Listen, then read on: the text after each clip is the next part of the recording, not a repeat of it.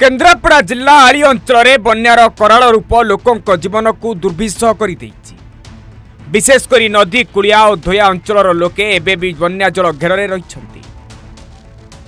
आली धोया अंचल प्राय 5 फुट उच्चर बन्या जल प्रभावित हो गोटे स्थान अन्य स्थान को जावासवाई लोकों को डंगार सहारा नेबा पड़ुछि।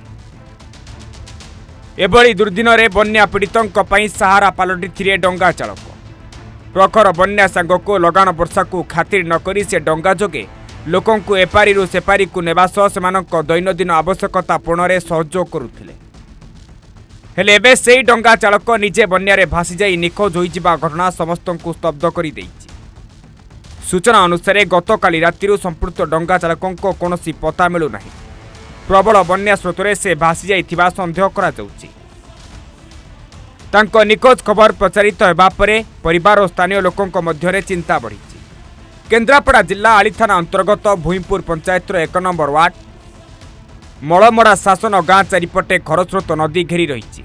बन्या जल जोगु गाँर जोगाजोग व्यवस्था एक प्रकार विच्छिन्न हो पड़ी। लोकों यातायात ठारू आरंभ करी खाद्य औषध अन्यान्य जरूरी सामग्री जोगाड़ करने कष्टकर हो पड़ी। निखोज डंगा चालकों को खोजापी उद्धारकारी दल और प्रशासन पक्षर तलाशी अभियान आरंभ कर स्थानीय लोके दाबी करिसेंति। बन्यार भयंकर स्रोत मध्य निखोज व्यक्ति को शीघ्र उद्धार करा जाऊ बोली परिवार और ग्रामवासी आशा प्रकाश करिसेंति। केन्द्रापड़ा जिला आली अंचल बन्यार कराल रूप मध्य जड़े डंगा चालक निखोज होइजिबा घटना एवं समस्त को स्तब्ध कर देइछि। भूईपुर पंचायत 1 नंबर वार्ड कलमड़ा शासन गाँर 65 वर्षीय सीताकांत मल्लिक दीर्घ 15 वर्ष धरी डंगा चालक भाव काम कर आसुथिले। सूचना अनुसार गतकाली राति घर पर सौदा आने को सीताकांत बन्या जल मध्य पशि पाख पंचायत पदनीपाल अंचल को जाइथिले।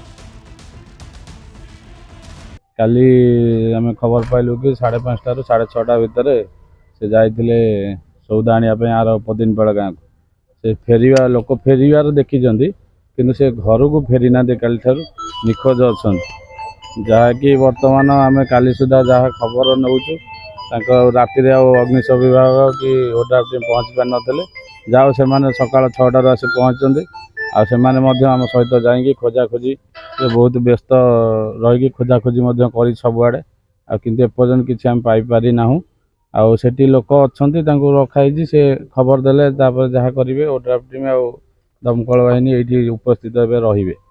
तहसिल मैडम राति 12 खबर देले जमी कलमड़ा शासन ग्राम जन के भासी जाइए कहले आपण मैंने आलुरी सका देखिए आम मैडम ठीक अच्छे आम जो सका राति 5:30 बेले बाहर 6टा बेले पहुँचिकी जा खोजाखोजी करूँ आ चारिआडे तो बन्या पानी आम आम ड्राइव टीम थी 2टा टीम पूरा खोजाखोजी से भेड़ा सारा कलु कौन सन्धान मिललानी फेरी आसलु। तेबे खरस्रोता नदी में बन्या जलर प्रखर स्रोत रही से फेरिबा बाटरे बन्या पानी रे भासी जाइथिबा संदेह करा जाउछि। गत काली ठारू तांकर कोनोसी संधान मिली नथिबारु परिवार और ग्रामवासी चिंता बढ़ी। सीताकांत दीर्घ वर्ष धरी डंगा चालक नदी कूलिया अंचल लोकों को यातायात में सहयोग कर आसुथिले।